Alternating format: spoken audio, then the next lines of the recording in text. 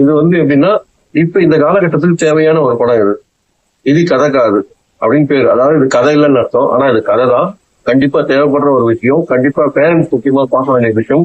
சிறுவர்கள் சிறுமிகள் அதாவது ஸ்கூல் கான்வென்ட் ஸ்கூல்ல படிக்கிறாங்க இல்லையா, அவங்க பேரண்ட்ஸ் எல்லாரும் அங்கதான் படிக்கிறாங்க. அதிகமா முக்கியமா படிக்கிற பசங்க அவங்க பேரண்ட்ஸ் படிக்கிற பார்க்க வேண்டிய விஷயம். படிக்கிறேன்னு ஏன் சொன்னா அவங்க படிச்சிருக்கணும் ஒரு விஷயம். இன்னொன்னு படிப்பு கம்மியா இருந்தாலும் தன் மகனுக்காக படிப்பு முக்கியம் மறுபடியும் படிக்க வேண்டிய பல தாய்மார்கள் இருக்காங்க. சூழ்நிலை காரணமா இருக்கு. அவங்க எல்லாம் இதை பார்த்து படம் பார்த்துருந்து அப்படிலாம் கிடையாது. ஒரு மெசேஜ், நல்ல மெசேஜ். தமிழ் சினிமால இப்படி ஒரு படம் வந்து ரொம்ப ரொம்ப சந்தோஷம். அவ்வளவு காமா படம் போகும். இது கதைக்காது 35. அதாவது அந்த ஒரு பையன் 35 மார்க் கணக்குல சப்ஜெக்ட்ல இருக்கணும். அதுதான் அங்க சேலஞ்ச் மாதிரி வரும். அதுக்கு ஏன் காரணம், அந்த பையன் எல்லாத்துலயும் கரெக்டா இருப்பான், கணக்குல மட்டும் அவனுக்கு வீக். சில பேர் நான் படிக்கும்போது சொல்லியிருக்கேன், எனக்கு சயின்ஸ் வராது கணக்கு வராதுன்னு ரொம்ப வருத்தப்பட்டுதான் சொல்லியிருக்கேன். ஆனா கொஞ்சம் கொஞ்சமா கத்துக்கிட்டேன். பாஸ் மார்க் எல்லாம் 70, அது மாதிரி ஒரு 75% அப்படி. மற்றதெல்லாம் பரவாயில்ல 90 அப்படி வந்துடும். இப்படி போகிற காலகட்டத்துல இப்ப சில வாத்தியாருக்கு என்ன பண்றாங்க, ஸ்கூல்ல வந்து மார்க்கை வச்சு பசங்களை வந்து பிரிச்சு விடுறாங்க. நீ 100 மார்க்கா, நீ 98 மார்க்கா, முதல்ல உட்காரு, 80 மார்க்கா, 50 மார்க்கா, அவங்க 70 மார்க்கா, அப்படியே ஒரு 10 மார்க்கா டிஃப்ரெண்ட் பண்ணிட்டு மார்க்கை வச்சு கூப்பிடுற வாத்தியம் இருக்காங்கன்னு இந்த படத்துல பார்த்து ரொம்ப அதிர்ச்சி ஆயிடுச்சு. அது ரொம்ப வருத்தக்கூடிய விஷயம். அது ஏன் ஒரு காரணம் சொல்றாருன்னா, அந்த வாத்தியார் சாணிக்கியான்ற ஒரு வாத்தியார் கேரக்டர் வரும். அவர் ஏன் அப்படி சொல்றாருன்னா, இப்படி சொன்னாதான் அவங்களுக்கு ஒரு மோட்டிவேஷன் வரும்னு சொல்றது. அதுல எனக்கு உடன்பாடு கிடையாது. முக்கியமா ஒரு பையன் மார்க் சரியத்துல அவனை பின்னால உட்கார வைக்கிறது, பெஞ்ச் மேல அனுப்பி வைக்கிறது, அதெல்லாம் மனசு ரொம்ப சங்கடமா இருந்தது. அதெல்லாம் வேணாம்னு சொல்றது அந்த படத்துல வச்சிருக்காங்க. அதனால அது வேணும். முக்கியமா பேரண்ட்ஸா நடிச்சவங்க அற்புதமான கதாபாத்திரம். அந்த கதையோட நடக்கிற இடத்தை அவங்க செலக்ட் பண்ணது ரொம்ப ரொம்ப விசேஷமா இருந்தது. ரொம்ப நாள் ஆச்சு இந்த மாதிரி விஷயம். திருமலை திருப்பதி தேவஸ்தானம் அந்த ஒரு பாதையில் நடக்கிற மாதிரி அடிக்கடி அந்த லைட்டிங் நைட்ல சாமி கும்பிட்ற ஒளி விளக்குல ஜொலிப்பாருங்க ஏழுமலையான மலை மேல, அதை காமிக்கிறது. அப்புறம் வந்து போகிற பாதை, அந்த பஸ்ல வேலை செய்யற ஒரு பையன் ஒரு ஊழியரா அந்த அப்பா கேரக்டர் காமிச்சிருப்பாங்க. அதுல வர விஷயங்கள், அப்புறம் மொட்டை அடிக்கும் போது நடக்கிற விஷயங்கள், அதெல்லாமே ரொம்ப ரொம்ப இயல்பா இருந்தது. ஒரு குழந்தைக்கு மொட்டை அடிச்சா அந்த குழந்தைய தலையை நம்ம எப்படி பிடிச்சிக்கணும், கவனமா இருக்கணும் அப்படின்ற மாதிரி அவருக்கு அம்மா அக்கறைப்பட்டு அம்மாவே அந்த குழந்தைங்க மொட்டை அடிக்கிறது, இதெல்லாமே ரொம்ப டச் பண்ண விஷயம். அம்மா கேரக்டர் இப்போ வர நிவேதிதா தாமஸ்.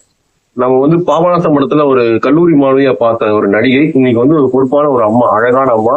2 பசங்களுக்கு 2 குழந்தைங்களுக்கு அம்மாவை நடிச்சது ரொம்ப சிறப்பா பாந்தமா பொருத்தமா இருந்தது. அதுக்கு டைரக்டர் பாராட்டுகள். இந்த மாதிரி ஒரு கதையில இது எப்படி ஒரு ட்ரீட்மெண்ட் கொடுக்கறதுன்ற மாதிரி வேற வழி இல்ல, அம்மா தான் அதுக்கு படிப்பு வரணும். அதுக்கு யாரா ஒரு கேரக்டர் அவங்க பார்த்தாங்கன்னா ஒரு கனெக்ட். பாபநாசம் படம் சொன்னேன் இல்லையா, பாபநாசம் படத்துல கௌதமி அம்மாவும் வருவாங்க. இந்த படத்துல ஒரு சம்மந்தமே இல்லாத யாரோ ஒரு கேரக்டர் மாதிரி வந்துட்டு அவங்க எப்படி இவங்க கூட கனெக்ட் ஆகுறாங்க, அந்த சீன் ரொம்ப ரொம்ப நல்லா இருக்கு.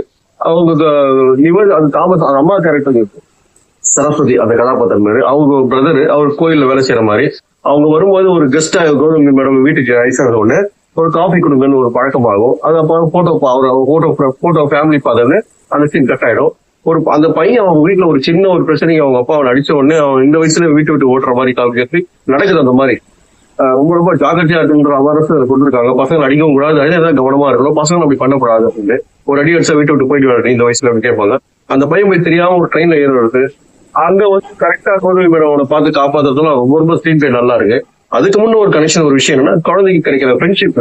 அவனை அட்மிஷன் பண்ணும்போது அவனுடைய அபார திறமையை பார்த்து அப்பா அம்மா சந்தோஷப்படுறது, அவரு ஸ்கூல் விட்டு போகும்போது எவ்வளவு ஃபீலிங் இருக்கும், பிரியிறோம், குழந்தை பத்திரமா இருப்பான், யாருக்கு ஃப்ரெண்ட்ஸ் கிடைப்பாங்க ஒரு அக்கறை, அதெல்லாம் இருக்கும்போது கரெக்டா ஒரு பையன் கண்ணாடி போட்ட ஒரு பையன், அதுக்கு ஸ்கூல்ல காலத்துல கண்ணாடி சீக்கிரம் பசங்க போட்டுறான்னு அழகா காமிச்சிருப்பா டைரக்டர். அவர் பையனை கூப்பிட்டு அவனுக்கு ஃப்ரெண்ட்ஷிப் பண்ணி அவரு எல்கேஜி யூகேஜி பசங்க அந்த மாதிரி ஒரு 5வது வகுப்பு 3வது வகுப்பு ஒரு 4 வருஷம் கூடவே வந்து வர மாதிரி பக்கத்து சீட்டு அவங்க 2 பேர் தான் விளையாடுவாங்க. அவ்வளவு பாண்டிங் அழகா காமிச்சிருப்பாங்க. இந்த புதுசா ஒரு கணக்கு வாத்தியார் வந்து அவர் 100 மார்க் எடுக்கிறான், இவன் மார்க் எடுக்கலாம் 0 சொல்லி கூப்பிடுறது, அது ரொம்ப ரொம்ப தப்பு. அது மாதிரி யாரையும் கூப்பிடக்கூடாது. அதனால பிரிச்சு விட்டு மனசு ரொம்ப உடஞ்ச அந்த சீன். ஒரு ஸ்டூடெண்ட் ஒரு ஸ்கூல் பையன் தன் ஃப்ரெண்ட்ஸை பிரிச்சு எவ்வளவு மனசு கஷ்டப்படுறது கொஞ்சம் அழுத்தமா காட்டுறாங்க. அதை பிரிச்சு விட்டுருவாங்க அந்த பையனை. அப்புறம் அந்த பையன் எப்படி உங்ககிட்ட வந்து சேர்றான், இவங்க 2 பேர் பிரிச்சு எப்படி கண்டினியூ ஆகுதுன்ற அந்த ஒரு விஷயம் நல்லா படத்துல பண்ணிருக்காங்க. இந்த ஸ்கூலுக்கு தலைமை ஆசிரியர் வர்றவர் நம்ம டைரக்டர் சார் பாக்கியார் சார் அற்புதமா நடிச்சிருக்காரு. அவர் பேசுற வசனங்கள் தெலுங்குல டப்பிங்கிற மாதிரி இருந்தாலும் அது அவருடைய அவரு சொன்னமா அந்த கிரேட் திரைக்கதை மன்னன் பிளஸ் நடிகர், இயக்குனர், எழுத்தாளர், எல்லாமே கதாசிரியர். கேள்விக்கு பதில் நல்லா நிறைய கேள்விக்கு பாக்கியாவுக்கு அட்டகாசமா பதில் சொல்லி அதுக்குன்னு ஒரு இடம் பிடிச்சவர். அவரு தெலுங்குல நிறைய சில படம் நடிச்சிருக்கலாம். இந்த படத்துல தலைமை ஆசிரியரா வந்து அற்புதமா பண்ணியிருக்காரு. அவருக்கு ஒரு பேச்சு கேரக்டர், அந்த கதாபாத்திரம் படத்துல இன்னும் முக்கியமா இடம் பெற்றிருக்கு. அந்த குழந்தை இந்த பையன் ஃப்ரெண்ட்ஷிப் பண்ண அந்த பையன் ஃப்ரெண்ட்ஷிப் வர மாதிரி, அதான் ஒருத்த குழந்தை உருவாகுன்ற மாதிரி அந்த ஒரு இலக்கணம் சொல்லலாம், அது ஒரு நியதி சொல்லலாம், அந்த மாதிரி ஒரு விஷயம். அதுல வந்து அந்த குழந்தை அந்த சிறுமி அந்த பள்ளிக்கூட மாணவி இவங்க வந்து பேசுறது அதுவும் ரொம்ப பிரமாதமா இருக்கு. இவ்வளவு நடந்து இந்த பையன் பாஸ் பண்ற நேரத்துல டீப் ப்ரோமோட் ஆகி இன்னொரு கிளாஸ் வரும்போது அவன் மனசு போற கஷ்டம். ஒரு குறிப்பா சொல்ல அவன் தம்பி கிளாஸ் வர்ற மாதிரி அந்த நடக்கிற அவன் ஃப்ரெண்ட்ஸுக்குள்ள கலாட்டாக்கள், இந்த ஒவ்வொரு சீனுமே ரொம்ப ரொம்ப லிசன் நம்ம கவனிக்கிறோம். அது ஒரு பாடமா பண்ணிருக்காரு டைரக்டர். அதுக்கும் அந்த டீமுக்கு நம்ம பாராட்டுகள் கண்டிப்பா தெரியும். முக்கியமா எல்லாருமே பார்க்க வேண்டிய படம். அப்புறம் கிளைமேக்ஸ் பரபரப்பு. இவங்க ஜெயிச்சுருவானா அந்த பையன் ஒரு சேலஞ்ச் வைப்பாங்க. 35 மார்க் எடுத்துட்டாங்கன்னா ஓகே மறுபடியும் நம்ம எல்லாம் பண்ணிடலாம்னு சொன்னோன்னு கடைசியில அவங்க அப்பா யோசனை மாதிரி படிக்கவே வேணும்னு ஒரு முடிவு பண்ணுவாரு. ஆனா இவங்க ஒத்துக்க மாட்டாங்க. ஒரு அம்மான்ற கேரக்டர் தான் பையன் படிப்புன்றது எவ்வளவு முக்கியம், தானும் கல்வி கேட்டு. அதுதான் கௌதமி மேடம்.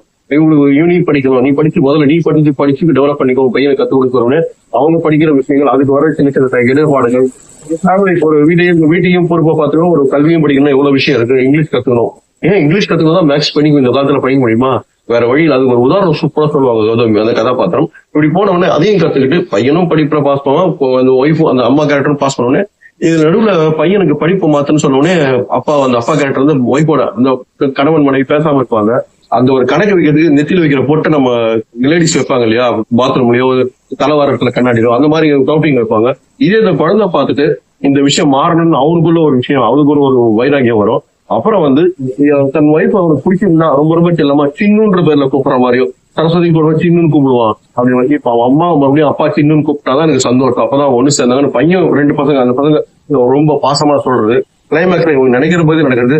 அங்க ஒரு சினிமால வர்ற மாதிரி ஒரு ட்விஸ்ட், சின்ன ஒரு ஆக்சிடென்ட். அந்த ஆக்சிடென்ட் வீடு அந்த பையன் போய் அந்த எக்ஸாம் எப்படி எழுதுறான், அதுல எப்படி பாஸ் பண்றான், அதுக்கு அவங்க ஃப்ரெண்ட்ஸ் எவ்வளவு ஹெல்ப் பண்றாங்கன்னு அற்புதமா காமிச்சிருப்பாரு. ஆக மொத்தம் இது கதை காது, இது கதை தான். 35 மார்க்ல 100 மார்க் கண்டிப்பா கொடுக்கலாம். நேரமும் விருப்பமும் உங்களுக்கு இருக்கும் இருந்தால் நிச்சயமா இந்த படத்தை பார்க்க தவற விடாதீர்கள். அற்புதமான படம். மீண்டும் இந்த படக்குழுவினர் அனைவருக்கும் பாராட்டுக்கள், வாழ்த்துக்கள்.